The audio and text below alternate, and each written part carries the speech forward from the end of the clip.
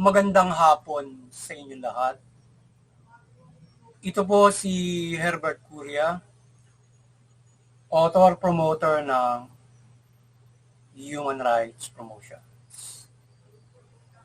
Ang boses ng Human Rights Promotion sa malayang demokrasyang ito, kakibat ang ating pananalig sa ating banal na Panginoon Diyos, banal na Panginoon sa Kristo at gabayan ng kaliwanagan ni Banal na Santa Maria, mula sa isyong ating nakalap at magbabantay sa mabuting pamamahala, patas na hustisya at karapatang pantao. Ay hinggil sa issue ng President Marcos will attain upper middle income status perspective on, and we hope, on Marcos admin upper middle income perspective. Yeah. Ayon sa World Bank ay ang Pilipinas ay nasa lower middle income status lamang according sa kanilang per capita income calculation. So yun. Kaya yung ating administrasyon ng Pangulong Marcos ay nagpahayag na kanyang aabutin sa termino niya yung upper middle income status as a middle income country o nation, na tayo ay sa middle income status nation, lower tayo ron as World Bank declaration or calculation niya. Sa bansa ngayon, sabi ng ating Pangulong Marcos, sa kanyang termino, aabutin niya yung upper middle income. So, yan. So, ito yung meron tayong do sa ating website ay meron tayong table na middle income na pinresent doon para makita at mabasa kung paano ba yung sinasabing middle income. Pinakita natin doon ay hindi doon sa per capita kundi per household na income, paano ba yung middle income per household.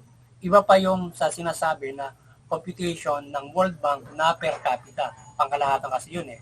So ngayon, ano ba yung range ng middle income halimbawa.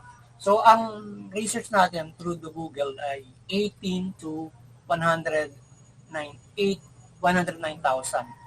So yun yung range ng middle income, lower to upper na yon.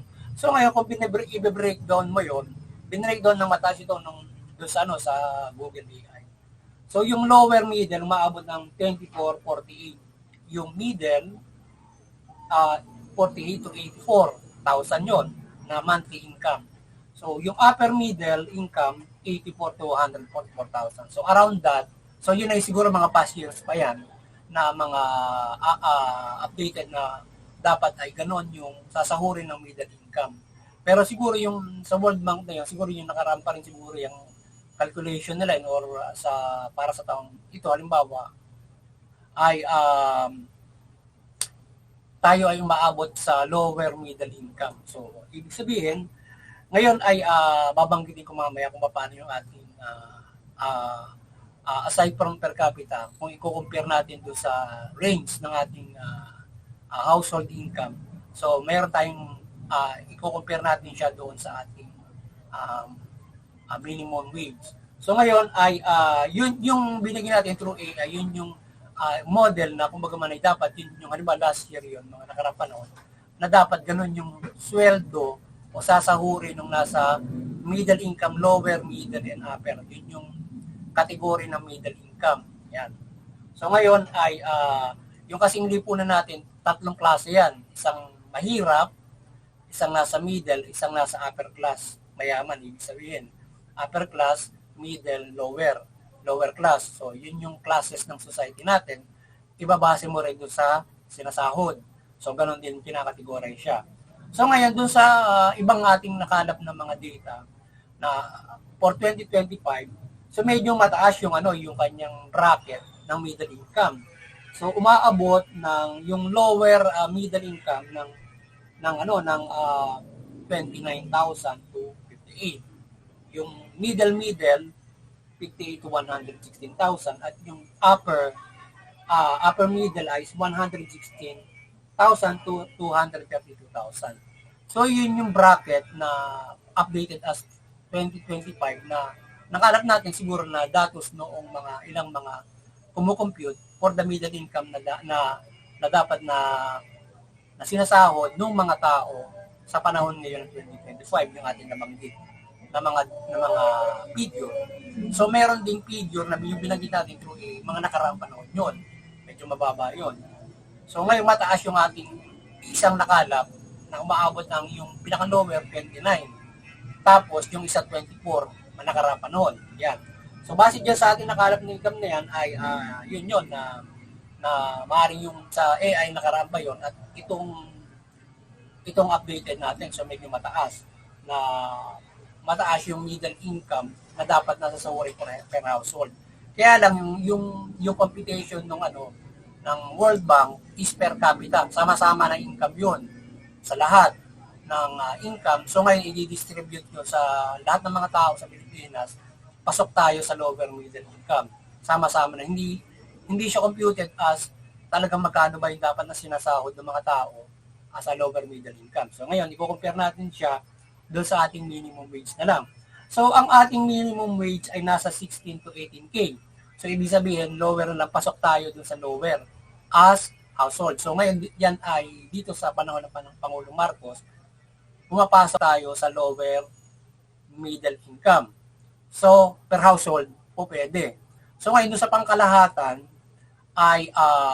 pangkalahatan ay pasok tayo sa lower per capita.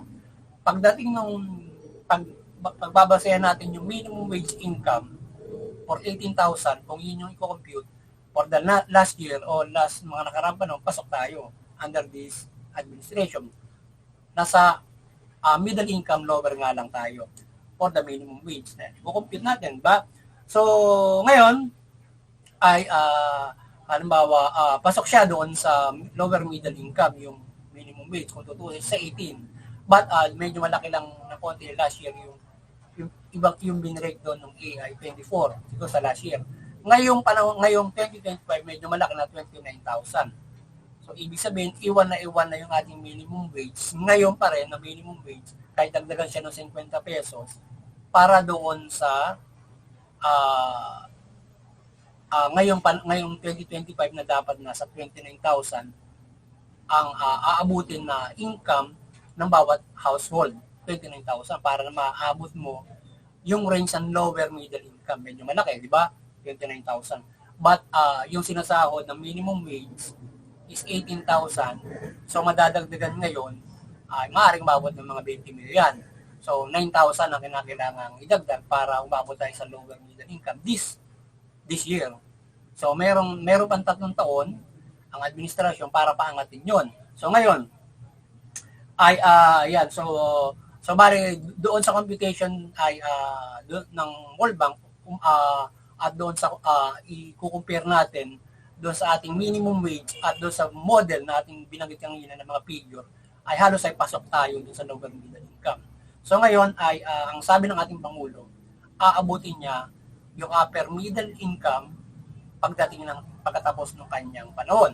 So we hope sana maabot niya 'yon. Pero kung i-compare natin yung ating minimum wage doon sa lower middle income na ating tiningnan, ating sinerch ay medyo mataas siya, siyempre. So kaya ngayon ay ngayong 29,000 na yan. So ngayon kaya kung aabutin mo yung upper, so 3 beses mga aabutin yun o 2 beses, 3 beses kang aakyat para maabot mo yung upper, di ba? From the halimbawa ngayon 20,000, eh, kung ngayon yung upper middle income 116,000 na, di ba? Kung 20 mil ay napakataas na hahabulin natin doon. So ngayon ay pipilitin ng ating Pangulo Marcos maabot yung upper middle. Kaya lang maaabot mo yon sa ating paningin, ganito ngayon. So ayon sa ating Pangulo Marcos ay kanyang aabutin ng upper middle class o upper middle income sa kanyang termino at kanyang pagtutuunan ng socio-economic para marating ito. So yun. So generally, kung kukumputin sa per capita, sa paningin natin maaaring maabot ng administrasyon yon. But kung i-compare natin sa minimum wage at yung tunay na mga household income, medyo talagang parang medyo malabo or talagang mahirap marating, yun kapag i-breakdown mo yon sa tunay na middle income ng bawat mga Pilipino. Kasi umabot na tayo doon sa lower, doon sa 18,000 minimum, kung i-compare natin sa minimum wage, di ba? Pero hindi lang naman kasi minimum wage, mayroong mas mataas sa minimum wage tayo na mga nagtatrabaho or mga nagde-negosyo para mataas sa minimum wage. Abot niya yung yung iba umaabot sa middle and upper. Doon sa mga nagnenegosyo na mga halimbawa, pwedeng yung mga small scale, medium scale business, lalo na yung large, di ba? Ng mga negosyante, aside from sinasweldo na middle. Yung ang nagtatrabaho ay pwedeng mas mataas pa kahit employed ka, na umaabot sa mas mataas ng mga income. So umaabot ng middle income. So yung 29,000 na ating tiningnan. So ngayon ay pwedeng sumusweldo yung ibang mga nasa kumpanya ng nasa 50,000 din. At yung iba nag-abroad, kaya matataas ang mga sahod sa abroad kasi syempre nasa abroad. Sila ay middle yung kanilang mataas yung sahod na binibigay nila sa mga empleyado nila kasi mataas yung standard nila. So ngayon dito sa ating bansa ay medyo mababa yung ating minimum wage, di ba? Hindi kung yung model na 29,000 hindi abot sa minimum wage. So medyo mababa doon sa private, doon sa sa private nga. Sa public, doon sa government, medyo umaabot na rin siguro ng nasa 24 yata yung minimum wage. So lower tayo doon. So ngayon ay medyo mataas yung 2025. So kaya kung aabutin ng ating Pangulong Marcos yung halimbawa from doon, medyo mahirap na maabot yun. Yung kung pagbabasihan mo ay yung mga model na yun doon sa income. Pero maaari niyang maabot yun sa pamamagitan kung i-income yung ating mga malalaking kumpanya or mga kumpanya. Kung siya ay i-income ng malalaki, pero yung halimbawa sahod ay medyo tataas din lang ng konti, aabutin natin yung upper na yon per capita kung kukumputin. Yan. So, kung doon ang pagbabasihan. So, ngayon, ang human rights promotions ay mariing sumusuporta sa mabuting pamahala, patas na justisya at karapatang pantao. At dito nga sa issue ito ng na Marcos will attain upper middle class status. So we hope on Marcos admin upper middle income perspective na tayo maasa na kanyang marating yon. So do sa paglago ng ekonomiya, ito kasing computation ng World Bank pangkalahatan, hindi niya kinompute siguro ito, hindi niya computed ito as per yung mismong pagbabasihan mo ay bawat sinasweldo ng mga tao or kung full employment pa yon yung bansa. Kasi pangkalahatan kino-compute yan. Gross kasi yan nung lahat ng mga kumikita. So kaya ganoon, pasok naman tayo doon sa lower middle. Kaya tayo ay middle income country. So yun, hindi naman tayo ganun kahirap. Kaya nasa middle na tayo. Kaya lang, ay kung pagbabasihan yung ating minimum wage, so siguro mataas na yung ating tiningnan na model na kailangan na tasawin niya 25, ay yung ating minimum wage ay pasok naman siguro doon sa from the last year yung lower middle income. So ngayon ay nais ng Pangulong may angat yun. Kaya medyo 3 beses niya iangat yun. So we hope may angat nga yan na gano'n. Papasok ba sa halimbawa doon sa last year ay maabot ba natin ng 84,000 yung minimum wage natin sa katapos ng termino. So ngayon ang ating paningin dyan ay hindi doon magbabase para maabot natin yung upper middle income, kundi doon sa pangkalahatan. Ngayon, so we hope yan, ang full employment o ito yung boses natin ay mapagtuunan ng ating Pangulong Marcos na siyang maibigay at attaining upper middle income or kahit paano maabot ang middle income sa bansa. At ang ating minimum wage ay may kababaan din. Gayunman marami din ang above minimum wage, ang sahod. Kaya itong minimum wage ay ay maabot itong lower middle class o middle class to full employment. So yun yung ating boses dito. Sana ang pagtuunan na lang ng pansin ng ating Pangulo, yan. Siyempre, pagpapalago sa pangkalahatan para mabot nga yung sinasabi na per capita na yon. Pero pag tingnan niyang mabuti yung mismo talagang ano ba yung dapat na yung sinasahod mismo ng mga tao. Yung full employment. So dapat pagtuunan ng Pangulong Marcos, siyempre yung full employment, makapagbigay ng maraming trabaho at tumaas yung saldo ng mga tao. Aside from pangkalahatan na kumita yung lahat ng mga negosyo, ma-attain mo yung yung per capita na yan na na yung mataas na upper middle income kung kukumputin mo sa lahat na kita ng mga negosyo at ng mga tao. Pero kapag kasinilip mo yung tunay sinasahod nila, mukhang mahirap abutin yung tunay sasahurin ng tao as upper middle income. So, maaaring maabot natin yung middle matapos ang panahon ito.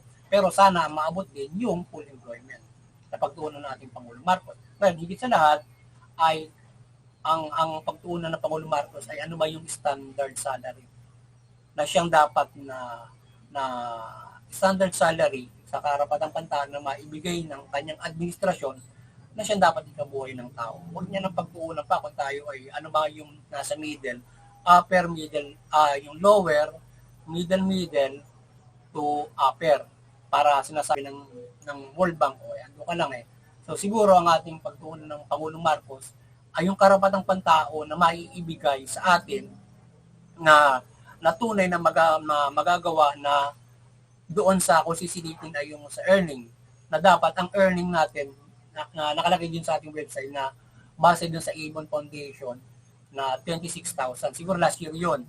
26,000 na maaaring sahurin ng bawat mga Pilipino para kayo makapumuhay naman. May 5 anak, 26,000 a month. So siguro mas malaki pa doon dapat. Ngayon sana yun ay mapaabot ng ating Pangulong Marcos as a minimum wage ng bawat mga Pilipino and full employment. Sana yun lang maganda na ang katatayo ng bansa natin. No matter what na yung naman tayo ng World Bank na lower, pero kung sisilipin mo naman yung kanyang totoong sinasahod ng mga tao at kinakabuhay ng mga tao, lahat may trabaho, according to human rights, di ba? Mas magandang kapag sinilip mo ng ganon, yun ang tunay. Kaya sa per capita, pangkalahatan kasi pwedeng maabot natin yun, pero marami unemployed, marami naghihirap. Yung minimum wage mo, halos hindi mo maabot nga yung iba hindi abot yung lower middle income, yung ibang minimum wage earner. Paano yung lower earner pa, di ba? Or yung underemployed. Di ba? Hindi na naabot yung ganun monthly. So, yun. Kaya sana, ang boses natin sa Pangulong Marcos ay attaining upper middle income sa pangkalahatan na pag-undan ng Pilipinas, silipin niya yung maabot ng mga Pilipino, yung minimum wage, mapaabot man lamang niya na 26,000 sa pagtatapos ng kanyang termino. Within that human right, or umabot ng 30,000 yan, pagkatapos ng termino, kahit nasa lower pa tayo doon sa sinasabing threshold o yung sinasabing household earning para sa middle income, at least naabot mo yung standard salary na dapat na tinataka ng ating mga analisador din sa Pilipinas na dapat na ikabuhay ng mga Pilipino ayon sa karapatan ng tao. So, sana yun yung model na pagbasihan ng ating Pangulong Marcos. Aside from sa pangkalahatan na maabot natin yung upper middle. Maabot natin yung upper middle. Pangkalahatan naman kasi yun. Pagka tinignan mo yung sweldo talaga, so medyo problema kasi hindi naman umaabot talaga or kung aabutin niya yung at least kahit paano close na doon sa lower. Pero kung aabutin mo yung upper, medyo jajamta, medyo kailangan natin ng diyan, na medyo konting milagro para maabot natin yung upper talaga kung pagbabasihan natin yung household earnings. Pero sa pangkalahatan, maaaring abutin natin yan. Kikita lang ng malaki yung mga negosyong malalaki, konting taas lang ng sahod, employment, aabutin natin yun. Pero pag sinilip mo yung mismo sahod, mabigat, parang kailangan natin ng milagro doon para maabot yung upper na yon ng mga tao from the minimum wage, di ba? Di ba? Kung gano'n ang pagbabasihan natin, hindi sa pangkalahatan, di ba? So yun, kaya sana ang ating pagsasabaw sa ating Pangulo Marcos, pagtuunan niya yung full employment and maabot niya yung standard salary. So ngayon, mababa yung standard salary na parang ibinibigay nung kinukumpute ng ibang foundation nating nakalap, 26,400. Or else, mas mataas pa doon na minimum wage na ibibigay na magawa ng ating Pangulong Marcos para sa lahat. Private, public, na sahod, minimum, 26,000 to 30,000. Tingin ko maaabot ngayon sa katapos ng termino kung pagtutunan niyo ng pansin. So ngayon, mula doon ay maring abutin natin ay kahit maging lower pa yun sa World Bank or middle, ang mahalaga, yung mga tao may trabaho lahat at sila ay nakapamumuhay na maayos. Hindi madideklara ka nga na nasa upper ka, pero pag sinilip mo, maraming walang trabaho at yung iba hindi pa umaabot sa minimum wage, di ba? So yun. So yun ang ating boses, Pangulong Marcos, na kanyang pagtuunan in attaining the upper middle income. Kasi ma-attain mo yan sa ating paningin, ay wrong ako, kung malalaki ang kita ng mga negosyo, ilan na makikinabang doon, yung mga negosyo lang, maaari mati. Ilan lang doon sa mga pagbibigay ng taas ng sahod at pagbibigay ng mga trabaho. But definitely, kumpanya yung dapat na magkita na malaki to attain that. Ma-attain yung kita na malaki yung mga kumpanya. Pero sa tao, konting dagdag lang siguro. Or else, magpo-full employment ka at kaya lang maaaring ikaw ay full employment with the taas ng minimum wage. Kaya nga yung sinasabi natin, abutin na Pangulong Marcos yung standard at saka yung full employment, magandang bagay na yon sa kanyang termino. I-double effort niya yung kanyang economic perspective na standard salary, may kanyang karapatan, full employment.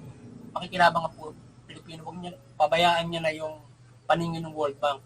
Ang mahalaga, maibigay niyo yung standard salary na dapat na ikabuhay ng libo ng Pilipino, lahat may trabaho. So yun yung ating boses sa kanya. So ngayon, ang ating boses dito ay, as stated, ay yan nga, full employment, pagtuunan at itaas ang minimum wage earner sa yan ang ating analysyon, tikita na malaki din ang mga negosyo to attain upper middle class in per capita income. Kung hindi ako nagkakamali sa aking analisasyon. So gayman, full employment and good minimum wage that is sustainable sa pangangailangan ng bawat tao o standard wage. Mas mabuti ay may mas mahusay ng maabot mas mahusay ng maabot ng ating administrasyon. Yeah? So kung yung ganun kung kahit maganon yung paningin o calculation ng World Bank sa atin, para sa atin, ating boses, maabot lamang yung standard salary, full employment, karapatang pantao, really good ang mga Pilipino. Kahit yung standard salary natin, naabutin lang ng lower middle o middle, ang mahalaga, tunay na tayo ay may full employment at mayroong trabaho.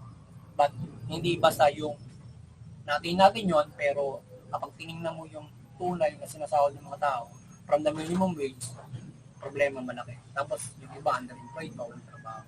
Diba? Mga bagay. So muli, ang ating dalangin, ang gabay ng Panginoon Diyos at Kristo Jesus at Mother Mary ay gabayan tayo ng himala at bless sa atin ang ating karapatan mula standard na sahod at full employment o kung naran sa bansa at buong mundo. So yun, sana gabayan tayo ng banal na Panginoon Diyos at gabayan ng administrasyon ito sa pagpapaunlad ng ating bansa at maabot ito yung perspective na upper middle income at syempre doon sa mismo yung magkaroon ng full employment, mabigyan ng trabaho lahat at may magandang sahod standard ayon sa karapatan. So sana gabayan tayo ng banal na Panginoon Diyos, biyayaan na pagpapala ang kaunlaran ng bansa. Hindi lang to, ang buong mundo maibigay yung sustainable growth para lahat mamuhay ayon sa standard na pumuhay from the karapatan ng tao. So yan muli ay maliwanagan ng banal na Santa Maria o maliwanagan ng banal na Panginoon Diyos, Panginoon sa Kristo, banal na Espiritu Santo at banal na Santa Maria, ang sambayan ng Pilipino mula pamahalaan at mamayang Pilipino, yung pamahalaan ng mabuti, matuwid. Tugulin yung karapatan ng tao, patas na hustisya, at iwasan ng mga nasa pamahalaan yung pang-aabuso, katiwalian, korupsyon. Yan. Sanip, maging mamahalan ng mabuti. Yung mamamayan naman, iwasan yung paglabag sa batas, sumunod sa pamahalaan, huwag lumaban sa pamahalaan, bagpo suportahan yung pagpapairlong karapatan ng tao, mabuting pamahalaan, patas na hustisya. Sabi, mga pumuhay tayo ng mapayapa, maunlad, ayon sa karapatan, higit sa lahat, makapanampapalataya tayo sa Panginoon Diyos, sa Panginoon Sukli, mula sa Panginoon Sukliso, ng ayon sa karapatan, magaan protektado. At maunlad, tayo ay makapanampalataya, instead na tayo ay magulo, naghihirap sa ating pananampalataya. At dahil ang Diyos na tayo ay bigyan ng magandang pamumuhay, in having faith in Him. Diba? So yung muli, magandang hapon sa inyong lahat. Sana nakapagsabaw naman ang human rights promotion sa linggong ito hinggil dito sa issue ito na ating tinungayan. Magandang hapon sa inyo lahat. God bless you all.